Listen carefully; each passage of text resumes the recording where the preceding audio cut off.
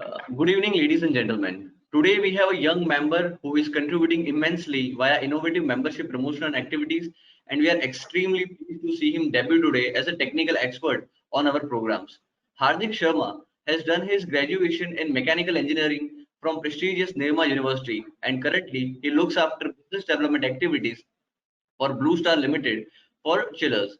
Today he will be giving us a brief about basics of chillers. We look forward to listening to him on this subject. I welcome Mr. Hardik to start the program, which many of our members are looking forward to.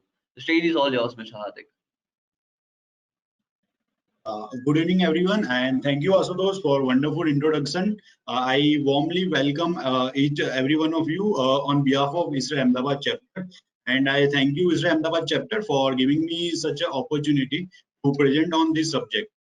So, without taking much of time, I will take you through to the subject type and selection of chillers.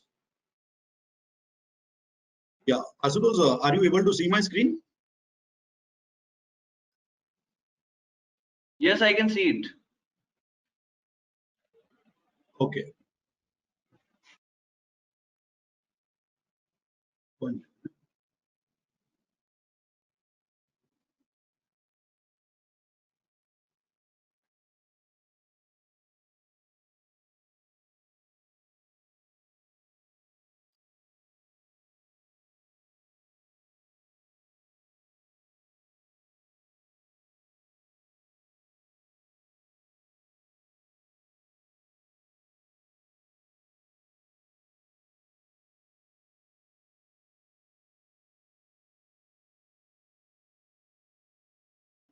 Sorry for the technical hiccups. Today's agenda will be introduction on chillers. In that, I will cover the basic of chillers, including the phrase of about knowledge on vapor compression cycle and pH diagram. Then I will cover the types and refrigerant used in our chiller systems, and I will move to the combination of various components like evaporator, condenser, expansion devices in chillers. Right after that, we'll move straight to the technologies, various technologies like VA-free chillers, flooded type chillers, DX type chillers, and the components in it. After that, I will move to the oil-free. That is the latest in the basket, latest chiller technology. That is a magnetic chiller, and I will brief the advantages of magnetic chillers. After that, I will cover the latest regulation, which is a star labeling and overview. And after that, we will cover the efficiency discussion. Right. So, what is chiller? Basically, a chiller is a refrigerant equipment which is used for reducing and maintaining the temperature of water and brine in a loop to get the desired condition. We all are using and are rather habitual with the air conditioning. So that is a split AC, VRF, or a ductile unit. So in that system, what we are getting? We are getting the desired temperature as well as RH.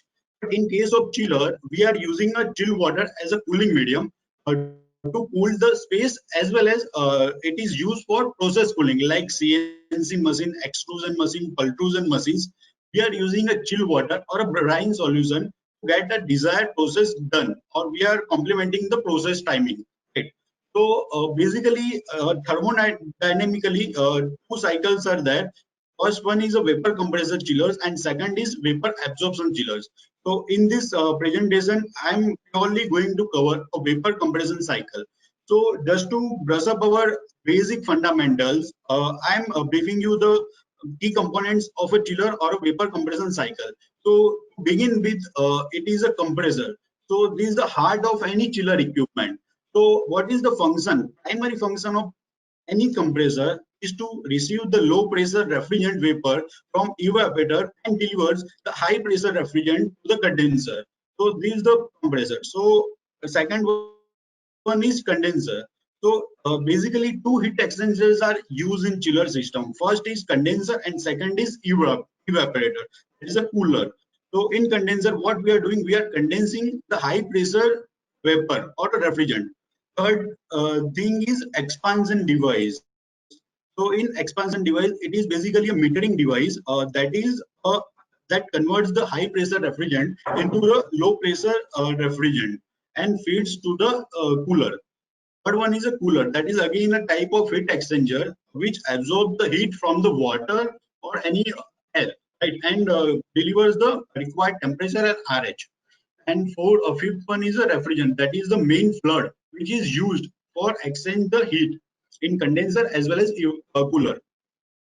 So now let's correlate the vapor compression cycle with the PS diagram. On y-axis you can see the pressure, and on x-axis you can see the enthalpy. So as this diagram shows, 1 to 2.2, that is a condenser, wherein we are rejecting the heat of refrigerant into the ambient or water. 2.2 to 3 is a expansion device, wherein we are reducing the pressure of the refrigerant and we are converting that refrigerant into liquid as well as vapor, semi-liquid form. After that, you can see the 3 to 4.2. In that cycle, basically, what we are absorbing the heat from the water, right? And there comes the 4.2 to 1. That is the work done by compressor. So in that cycle, we are converting refrigerant into the high temperature and high pressure gas. So here you can see this is the work done by the compressor. This is the power consumed by the compressor. And in technical terminology, it is called as a lift or head. This is the difference between the discharge pressure and suction pressure.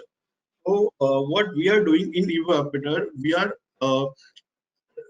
absorbing the heat from the water or any cooling medium, and in condenser we are rejecting the heat to the atmosphere. So let's understand, in terms of water cooled condenser, we have to add one more device, that is called cooling tower. So in cooling tower we are rejecting the heat with the help of water. So we are getting 32-degree chill water from the cooling tower, and we are chiller can extend the heat with the refrigerant, and we are removing 36 or 37-degree water to the cooling tower. And primary side, these 7 and 12 will be remain same. This is the chill water inlet and outlet. So this 7-degree chill water we can feed to the process as well as our HU air side. Right. So this circuit is called high side. High side contains of cooling tower and chiller, and low side, that is a air side, is AHU, FCUs, pumps, expansion tank, etc. Next is air cooled type condenser. So in air cooled, entire system remains same. Only condenser gets changed. In condenser, what we are doing, we are exchanging the refrigerant heat with the help of ambient air. So here, refrigerant is exhausting, rejecting the heat to the atmosphere with the help of air. Right. So now, second most important point is refrigerant. So basically, refrigerant is a main fluid which is doing the heat rejection and heat absorption. So there are many types of refrigerant. First is natural refrigerant, that is ammonia, carbon dioxide, and hydrocarbons. And other refrigerants are CFC, SCFC, HFC, and predominantly we are using as a R134, R22, R407C.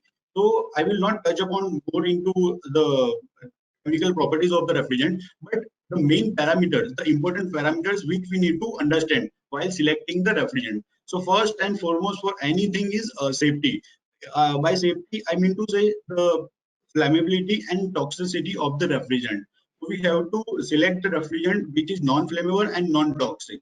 Second is availability of refrigerant. Due to various global restrictions, many refrigerants are not easily available. So we need to cross-check before selecting any refrigerant that whether it is available easily or not, because availability creates the price issues. So availability is a key. Third is ozone depletion potential, ODP, and GWP, that is a global warming potential. So these are the important parameters which we need to understand before taking the selecting the refrigerant. So now moving towards the types of chiller. So as there are four key components in the chiller. First is compressor, condenser, expansion device, and a cooler. So each and every component has a two to four types, right? So let's begin with condenser. So condenser is available in water cooled as well as air cooled type. So in water cooled, we are using a silent tube type heat exchanger, and in air cooled, we are using copper aluminum or MCHX coil, right? So Moving towards compressor, we have five different types. First is scroll, second is reciprocating, third is screw type, fourth is magnetic oil free, then fifth one is conventional centrifugal chiller. I will cover the working of each and every compressor in upcoming slides. Now moving towards the cooler evaporator. So there are two types of that. PHE, that is a plate heat exchanger, and second one is a silent tube type. And in again that silent tube type, we have further two types, that is flooded as well as DX type. That we'll understand in upcoming slide. As far as expansion device is concerned, we have a electronic expansion valve, we have a thermostatic expansion valve, and we have a variable orifice. So by looking at this slide, you can ideally select any compressor, any heat exchanger, or any expansion device, and you can make a type of chiller. For example, if I select the scroll type compressor, I select the air cool type condenser, I select the PHE type heat exchanger, and I select the thermostatic expansion valve. So that combination is called as a air cooled scroll chiller. Likewise, we can pick any of the product like a compressor or heat exchanger, and we can make any configuration of chiller. So to begin with, scroll compressor, that is a very widely used compressor in lower capacity band, like 5 TR to 120 TR. And that scroll compressor, you can see on the top right, that is a hermetically sealed design. So we are using R22, R410A, R407C, and R134A as a refrigerant in such kind of chiller. So there are two types, water cooled and air cooled. Condenser is available with the scroll chiller. Second is PHE as well as silent tube type. DX evaporator is available in scroll chiller, and thermostatic expansion wall is available. So this is the type combination for scroll type of chiller. So this is mostly used in smaller capacity range, and it is step capacity control. So either we can turn on or turn off the compressor. There is no in between. We cannot vary the load. Second is reciprocating. This type of compressor, I must say that this was used beyond before 2000, but after coming much better energy efficient alternative like scroll screw compressors, reciprocating has lost its importance. So this was a power hungry, and it was consuming a very good amount of power. So we are restricting the use of reciprocating, and scroll and screw has taken the place and market of this reciprocating compressor. Uh, Third is screw type. So since last 2 decades, predominantly we are using a screw chiller in mid, like a 50 to 500 TR capacity band. And this again a very good efficient chiller available till date, right? And various refrigerant is available R1, R22, and R134A. So it is used in hospital, hotels, any central air conditioning plant more than 200 TR. You can find a screw chiller in air cooled as well as water cooled combination. And in last 5 to 6 years, with the help of electronics evolved in the mechanical things, these chillers can run on a excellent efficiency levels. Like we can achieve as low as 0.32 kilowatt per ton IPLV, that is the average part load value, with the help of water cooled screw chiller with VFD. So this is very widely used screw chiller type. Next is magnetic oil-free chiller. This is the latest one in the basket, and it is available starting from 90 TR to 400 TR. And refrigerant is R134 again, and it comes with a variable frequency drive. So we are getting a very good efficiency levels with the magnetic oil free. At present, we are not using air cooling magnetic bearing chillers, but I'm sure in coming futures we may come up with the innovative design and innovative R&D ideas for oil free magnetic chiller for air cooled. So at present, oil free is available with water cooled condenser only, right? So we'll cover in length in upcoming slide for the magnetic bearing chiller. Second is conventional centrifugal for larger application like above 400 or 500 TR of central plant room load. Centrifugal is a very good option.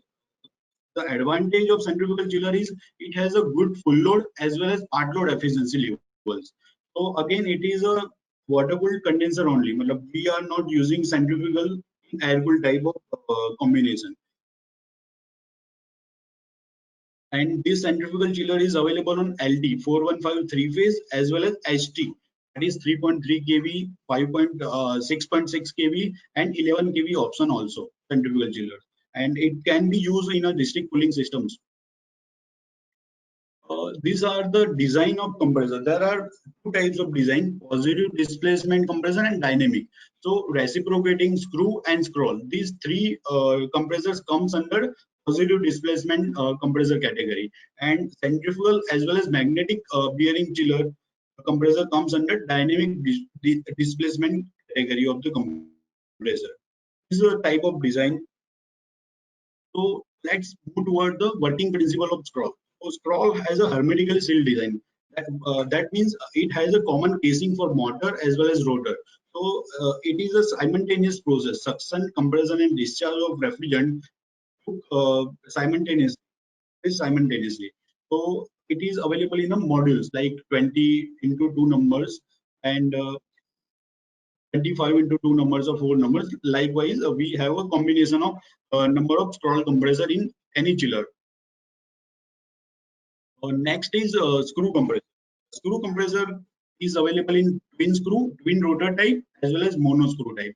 So in twin screw, there are two main components, male and female rotors. So in between, refrigerant gets compressed. That is a suction, compression, and discharge. And mono screw rotor, there is a main rotor, and there are two gate rotors are there.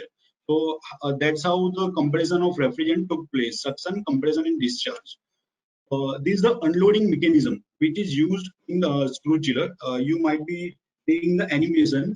That's how the volumetric ratio in a screw compressor is covered.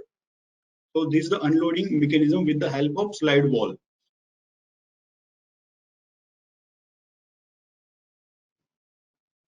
Next is conventional centrifugal chiller.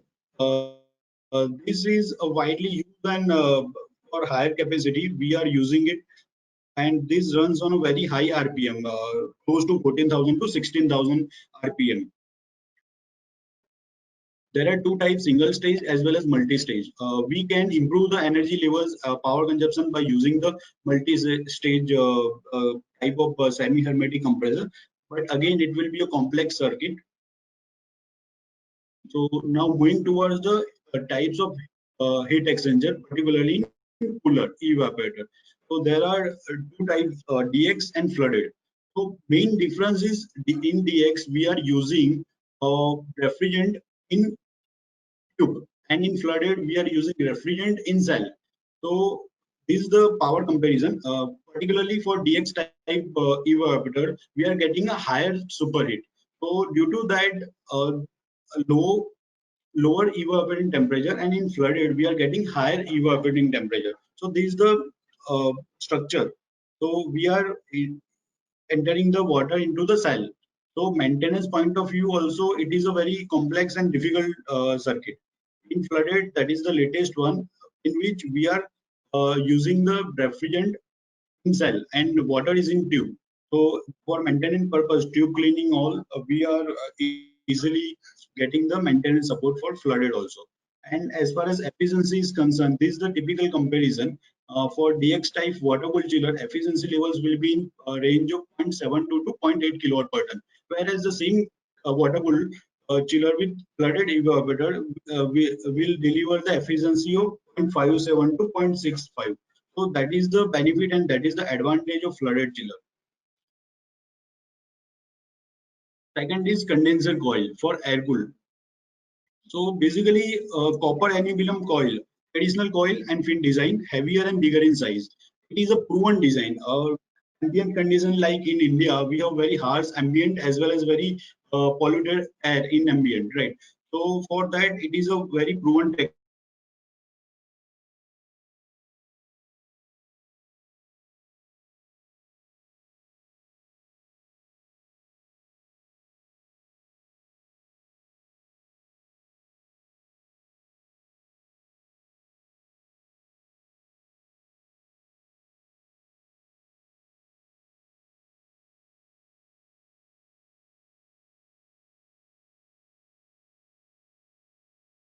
So now we will move toward the latest compressor technology, which is the oil-free technology. So it's similar to that of maglev train. It works on a permanent magnet principles. So compressor rotor runs at the elevated level. So you can imagine when compressor rotor is at elevated level, there is no direct contact or friction losses in between. So lubrication in screw type chillers, scroll type, and conventional centrifugal chillers, we are using oil as a lubrication medium. So in this oil-free technology, magnetic chiller, we are not using a drop of single drop of oil.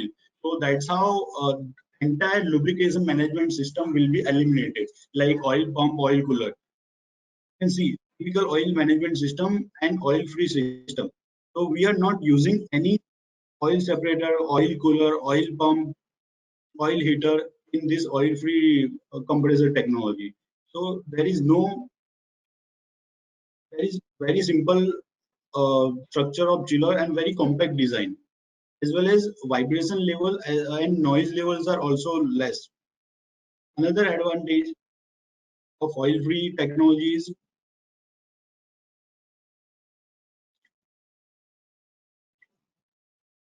due to oil in system, as per the ISHRAE studies, the efficiency drops by 8% for every 3.5 oil content. So we can imagine year on year, this chiller lasts for minimum 10 to 15 years. So we can imagine per year how much losses we are going to bear in case of oil compressor, like screw and scroll. But in case of oil-free chillers, we are getting uh, almost consistent efficiency from day one to a end of the life of chiller. So this is the main advantage of oil-free, as well as these oil-free chillers come with a variable frequency drive. So other benefit is low starting current. Starting current will be almost zero ingress current. So it is the software start available in the market.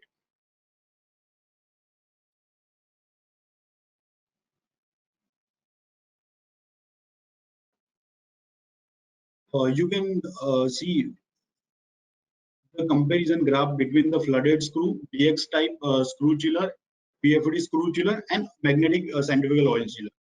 Flooded technology with screw chiller will be good at full load, and somewhat if you see the part load condition, the power figure kilowatt per ton will be higher as compared to whatever screw with VFD and magnetic centrifugal chiller. So at part load condition, variable frequency drive as well as oil-free chillers are very efficient. So period for the continuous duty application for hotel or mall application will be less than a year.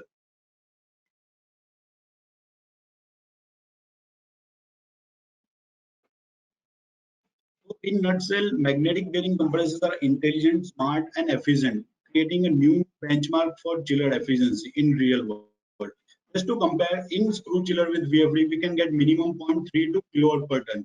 Whereas in case of oil-free chiller, we can get the minimum as 0.3 kilowatt per ton. I'm talking about IPLV values. So that is the new benchmark in chiller efficiency in real world. There is no oil, no friction, no tension. Smooth starting and peak starting. No ingress current. So these are the few advantages. So now moving towards the second section of my presentation, that is the selection of chiller. So while selecting any chiller for any application, there comes the operating cost analysis. So for that, we have to ensure that our chiller is should be a of most energy efficient at the full load as well as part load. So how can we define thus based COP, that is a coefficient of performance chiller means the most efficient option? No, real world efficiency depends on many variables like changing load, changing ambient and water temperature, chiller configuration, chiller loading and unloading sequence, and plant maintenance, of course. So let's understand the chiller efficiency versus plant efficiency. So COP for chiller efficiency, we are using terminology that is a technical jargons like COP, full load kilowatt per ton, part load efficiency, system part load. In system part load efficiency, we need to consider the city weather data, load pattern, and chiller with auxiliary equipments like cooling tower, pumps, and all. So what is efficiency? So there is no a single point answer. Efficiency is a combination of optimum design as well as based technology as well as effective operation, because operation equally plays an important role in maintaining the efficiency of any chiller plant room. So while designing any chiller or selecting any chiller, we need to give such kind of data. For water cooled chiller, we need to provide the capacity in TR or kilowatt. We need to provide the chill water inlet and outlet temperature as per our design. Right. Third is falling factor that we will cover in next slide. For the condenser water inlet and outlet temperature, that we have to mention like degree Celsius for or Fahrenheit. Condenser falling factor is also equally important, that represent the water quality at site. In case of air cooled chiller selection, we have to provide the ambient temperature, condenser and inlet temperature. So that varies across the India, like in Rajasthan or in part of Himachal, it will be varying. So that way we have to provide the actual ambient, that is a dry bulb temperature. So falling factor and its effect on chiller performance. So falling factor is a scale formation of a tube of heat exchanger due to a poor water quality. Ideally, in any heat exchanger, we are using copper tube with the dia of 19 mm, right? So scale formation will create an impact in heat transfer. So it will higher falling will create a high resistance and efficiency will degrade. So these are the various units available for falling factor. And these are the typical reason that if higher falling is there in the system, then capacity factor, like in condenser, because cooler is ideally a closed loop circuit. Once we are feeding the water in cooler, we are not our water is not getting exposed to the ambient. But in case of condenser, water is getting exposed to the ambient air and environment due to cooling tower. So there is a capacity factor. Like in case of worst falling factor, we let's say we are using a 100 TR chiller, right? So if we are supplying a very bad quality water, the capacity factor will be 0.955. That means 100 TR chiller will deliver only 95 ton, and power will be higher. So discharge temperature will be higher. So this will degrade the performance of overall chiller. So this is a very important parameter, falling factor. These are the recommended water quality that any chiller manufacturer or consultant will provide during the design or supply stage. So now performance certification programs. As we know, the efficiency chiller is a capital purchase item, and each and every client or user is keen to save much on a operational cost, right? So there are two certification programs. Like if we are saying a 100 TR chiller will deliver a 100 TR and consume this much of power. So HRI, that is Air Conditioning Heating Refrigerant Institute, is a third party which will certify the chiller performance levels. So it is HRI is American body and it is certifying chillers up to 3000 TR, and it is certifying hermetic open type electric motor driven units up to 15,000 volts, and it is also certifying air cooled chiller up to 600 TR. Second is Eurovent. This is product prominently available in European Union region, and they are certifying heat pump as well as water cooled and air cooled chillers. So efficiency discussion. We are normally using AHRI 550/519 selection parameters. Let's say if client has a 100 TR requirement. So for all the vendors to come on the same platform, AHRI has a standard design condition, that is ARI condition. So in that condition, they have defined chill water inlet and outlet temperature, as well as condenser inlet temperature and a flow. So if you want to purchase a 100 TR, so how any of the company across the globe will measure? So that is the ARI selection parameters. So at that parameters, capacity will be a 100 TR. Likewise, in air cooled chiller, chill water outlet and inlet will be the same. 44 and 54, whereas the condenser ambient air temperature will be 95, that is a 35 degrees Celsius.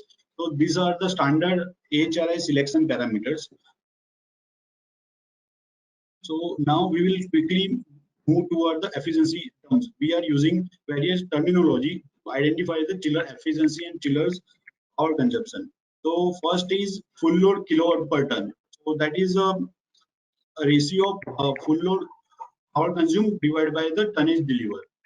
Third is IPLV, that is an integrated part load value. As we know, chillers, any equipment, any mechanical or any machine, do not run on a full load every time. So if we select any chiller basis of full load efficiency, that will be a wrong selection. So for that, IPLV and NPLV comes into the picture.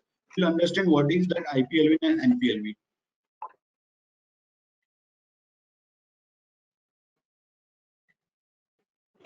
IPLV is an integrated part load value. So for any chiller, uh, what AHRI says that any chiller runs 1% of the life cycle on a full load, 75% on 42% of the life cycle on 75%, and 45% of the life on 50%, and 12% of the life cycle on 25%. So this is the basic formula, and they have defined the temperature as we seen earlier, 85 as the water inlet. So by putting the values of kilowatt per ton at respective load condition, we will get the IPLV values. Now NPLV, because for any customer operating condition or any part or any country, it will be a different. So second terminology is a non-standard part load value. So in non-standard part load value, user can define its own chill water inlet and outlet as per the site requirement, and as per the weight temperature, it can define the condenser inlet and outlet.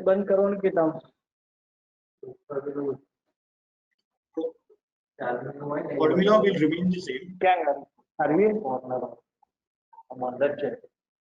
Option है तो अभी flash शायद चाहिए अभी दबाओ flash of हो Rajendra, would you mute yourself?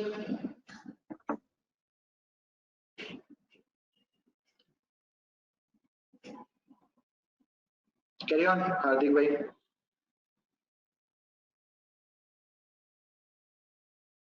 Yeah. So next is comparison between the IPLV and NPLV. As I mentioned, in IPLV, there is a standard inlet and outlet temperature, flow, and falling factor. Whereas in NPLV, which is a configuration, we can define as per our requirement. Like we can select 7 degree or 10 degree chill water outlet as per our site condition. Flow will be selected as per the inlet and outlet temperature. Falling factor as specified by the consultant or any design parameter. Likewise, in water-cooled condenser, in IPLV we are considering 85 as an inlet, whereas in NPLV we can select any inlet temperature.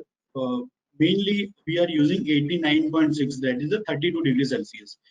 So this is the difference between the IPLV and NPLV. NPLV will give you exact close power consumption value as far as your site is concerned. Uh, Third one is a part load value at constant condenser water entering temperature. Formula will remain the same, but here what we are doing, we are taking the constant condenser water entering temperature, like 85. We are taking 85 as a constant, like any value. 89.6, we are taking 89.6 for 100%, 75%, 15, 25% load. So we can put the respective kilowatt per ton in A, B, and C, ABCD values, and we will get the part load values. So these are comparison between IPLV, NPLV, and part load value at constant condenser. So for example, I have taken a 500 TR centrifugal chiller with VFA. So rating basis are mentioned above. So let's say NPLV will be at 100% 0.62, whereas at ARI condition it will be 0.54. Right. And at 75% load, NPLV values will be 0.43, whereas IPLV will be 0.42. So these are the various conditions, NPLV and IPLV, and these at the constant condenser entering temperature. So you can see that we are getting the better and IPLV value as our design condition is somewhat stringent. The falling factor is also stringent. So we are getting a higher NPLV value close to our real world example.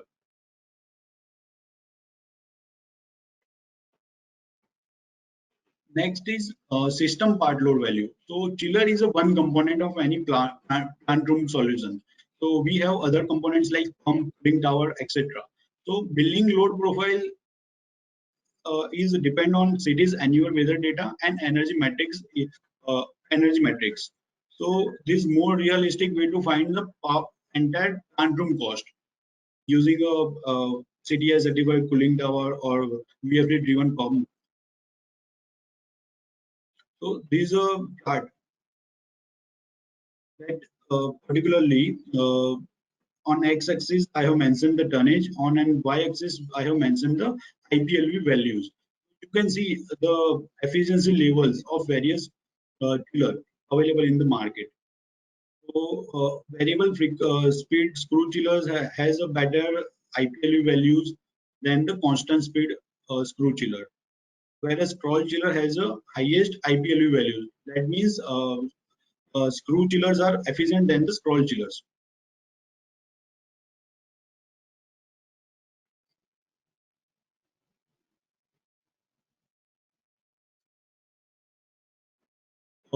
Star labeling regulation. Government of India has implemented a chiller labeling program. This voluntary till December 2020, and it will get mandatory from January 2021. So we all have seen star labeling in our split AC or refrigerator system at home. So likewise, Government of India is starting a program to label a chiller. 5-star will be the most efficient, and it will applicable to both indigenous as well as imported chillers. And registration process for the star labeling has already started. So for star labeling regulation, the format will be like split AC and refrigerator only. This will be the format, power saving guidelines and all. So for star labeling, we are not considering AHRA standards. We are considering Indian seasonal energy efficiency ratio condition. So we have seen at AHRI, we have been told that chiller runs only 1% of the life cycle on full load. But in India, due to ambient as well as load pattern, what ISER, Indian seasonal energy efficiency ratio condition says that chillers run full load at 6% of the time. So we are giving a higher weightage at the full load. Second, at 75% as per AHRI, and across the globe, it is considered 42%. That is a global average. But for Indian, particularly Indian terrain, we are considering 48% at 75%. And at 50%, as per AHRI, it is 45%, but we are considering 36%. So we are giving the higher weightage at 75 and 100%. So likewise, ambient condition for water cooled chiller also it is getting changed. For AHRI, it was 85 Fahrenheit, that is 29.5 degrees Celsius. But for ISER, it is 30 degree. At 75%, at the reducing temperature, it is 29.8 at AHRI, but we are considering at 26 degrees Celsius.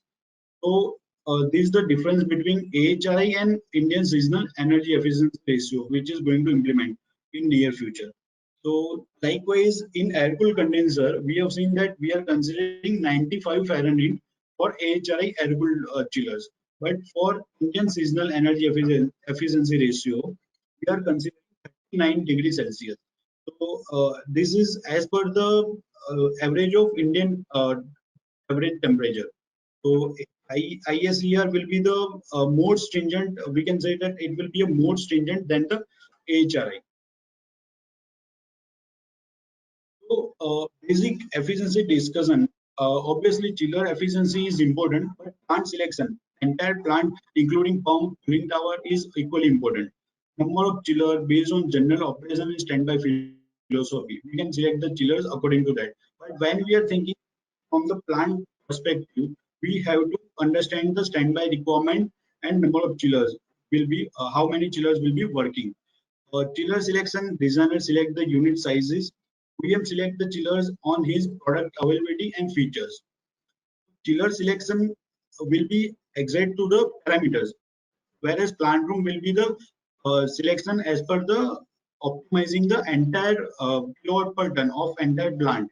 We will try to minimize the uh, kilowatt per ton of entire plant room. So that is the difference. So chiller efficiency and chiller selection is a vast subject. We need to take consideration the load pattern, ambient condition, and availability of the water. So that was the presentation about the types and selection of chillers.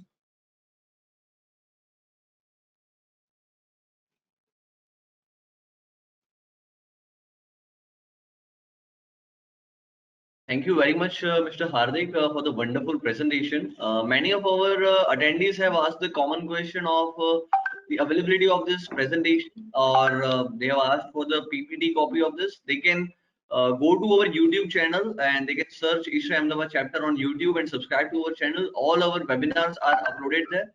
So now we will move to the question and answer session. So I have a question from Mr. Chinmay De. How do we calculate double EER of various chillers? Can you throw more lights on it, sir? ER is an energy efficiency ratio. So ER values can be calculated with the help of kilowatt by kilowatt. So that is a chiller input in kilowatt divided by the input of that is the input capacity in kilowatt divided by the delivered tonnage in kilowatt. So we will get the ER values from that. And one more question is, what is the correct parameter that one should be looking to use when they are comparing two chillers to ensure that an apple to apple comparison is being made? Is because there are too many confusions over IPLV, MPLV, ISSER. So how should one go about it? Correct. Very well, very good question, because generally chiller selection depends on the actual condition, right? So more closely we can consider the NPLV values, because at IPLV it is a predefined and that is a global average. So for NPLV we can select the chiller as per the site requirement. Like in some cases we need chill water as a 5-degree outlet. So for that NPLV will be the more realistic figure. So we should consider the NPLV and we should put the equal important at 100% as well as part load condition, because not only 100% kilowatt per ton will remain, it will entire year. Right. So I would recommend NPLV should be the major criteria. Okay. Is it possible that let's say chiller A and chiller B are being compared, and chiller A performs better on IPLV ratings, but chiller B could be better on NPLV conditions? Is that possible, or NPLV would generally follow whatever is indicated by IPLV data? For this question, I would say that if IPLV value is a predefined values, right? Matlab inlet and outlet temperature of evaporator and condenser is predefined. So if Correct. your design parameter is better, I say that in spite of 44, if you are taking the chill water outlet as 48 chill water outlet, then your NPLV will be better than IPLV, because Right. your design condition is somewhat smooth than IPLV. So it is a rational number. We need to cross check how we are, what is the chill water outlet and inlet, and what is the chill condenser inlet and outlet. So Right. not necessary every time IPLV will be better. Okay. In the era of information technology, we are hearing about the IoT era and everything in the next decade. So, how do you see the chiller technology would proceed in the next decade? In fact, chiller, we are taking each and every, you must have heard about the chiller plant manager. So that is Correct. confined to the premises only. We are taking the input of highest efficiency 100%, 75%, and we are mapping the points. And likewise, we are training the chiller, we are giving the command at what optimum level it should operate. So that is at the efficiency point of view. But nowadays, what suppliers are doing, they are monitoring the chiller real time in terms of, let's say, if I need to understand from the OEM point of view, at what condition at 26 April 12 o'clock my chiller was running. So I can easily get the data with the help of IoT, and we can give the proactive service response instead of reactive. How? Because we can analyze the various parameters like oil level sensor, suction and discharge pressure. So by that algorithm, we can set the algorithm and we can predict when it is going to fail, or how we can avoid the failure of any sensor. So that is a proactive. So with the help of IoT, we can very well do that. In fact, some of the manufacturers are already doing that. Okay. And in the last decade or so, we have seen the prominence of VRF technology. And in many bigger projects where the consumption is as high as 500 TR, 800 TR, those requirements have started shifting to VRVs. So how would you see the pattern growing over the years? I mean, how would VRF would compare to chiller, and how would that have an effect on the overall consumption in our market? Yeah, exactly. So again, that is a very comprehensive answer to it, because VRF has gathered the momentum, because for small modules like for up to 100 tier application, that too not a continuous duty application. So Right. VRF gives a flexibility and diversity in terms of operating and part load values also. Because Okay. in, let's say, for 1000 square feet office area, we cannot install the chiller because we are using water as a secondary medium to cool the air. Whereas in case of VRF, we are using refrigerant, and we can directly connect the indoor and outdoor with the help of copper piping. So operating of VRF for smaller application is somewhat simpler than that of chiller. So that's how VRF is gaining a momentum in light commercial and residential market. Okay. But as far as industries and larger hotel applications is concerned, if we compare the energy efficiency at full load as well as part load, chillers are also equally suitable for such kind of 500 and above tonnage requirement. Okay. Right. So I think what you're saying in just is that one needs to look at the load profiles and Right. the kind of usage a particular application has, and then they can make an informed decision on whether to go True. for VRS or chillers. And that also that of course means that chillers are here to stay in the time to come. So Yeah. Yeah. Yeah.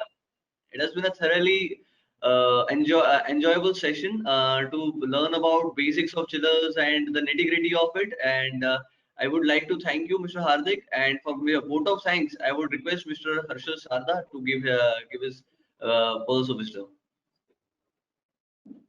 Thank you, Ashutosh. Thank you, Hardik bhai, for your wonderful session. It was really good information regarding the chillers. And to all the presenters who are not a member of ISHRAE, please be a part of ISHRAE so you get a regular update about this type of technical session. And thank you, Hardik bhai, for really wonderful session. Thank you very much.